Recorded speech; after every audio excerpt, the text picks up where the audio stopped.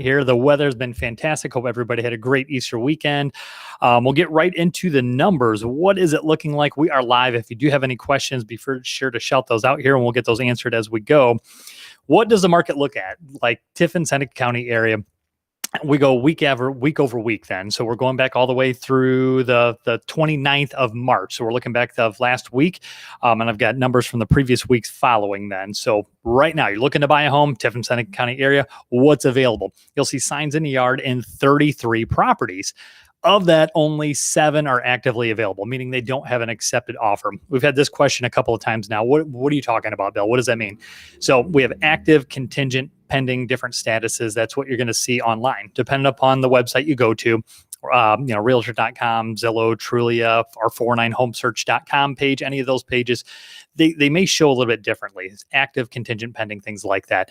So if it says anything other than active or coming soon, that means that it does probably already have a contract on it, meaning there's been a willing and able buyer and seller have come to terms. They have a contract on it. They're just working through those contingencies. We'll go into more detail about what that is then. But if you're looking to buy a home in Tiffin, Seneca County, there's only 7 of them that we can actually go show you that are active, that have not had an accepted offer on them. So what else do we have? We've got 16 contingent properties, meaning they have an accepted offer on them, 5 pending, meaning they're working through the contract, and we had 5 sold in the last week.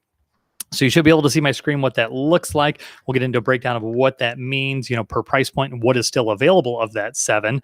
But you can see that. So going back, last episode here, we talked about 10 years ago. So first quarter this year versus 10 years ago, what that quarter looked like. So price per square foot, things along that line. I'll give you a quick comparison with that. It looks like. So if we go to these sold properties, we had 17 properties, I guess, transact here in the last week. What that looks like there as far for aggregate stats, we've got an average of 3-bedroom, only a single bath of what is sold then in the last week. Average square feet, 1681. If my computer cooperates, so average list price per square foot, we're at $90 a square foot, down a little bit from what week over week has been. Selling price, again, here we had quite a drop in this last week here. So the average sold price was only 107. Some of our lower price point ones have fallen off. Median price 120. Price per square foot, selling price per square foot. This was a big drop off then. So on average, only $79 a square.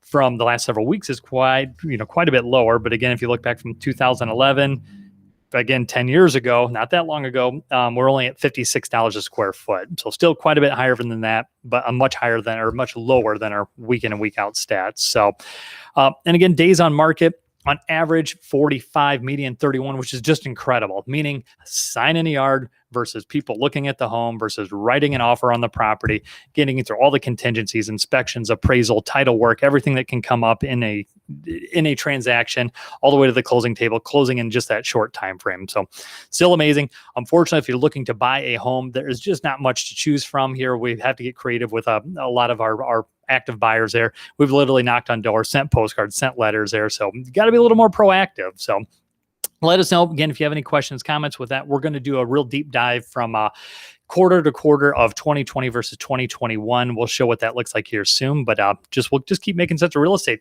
Everybody enjoy that fantastic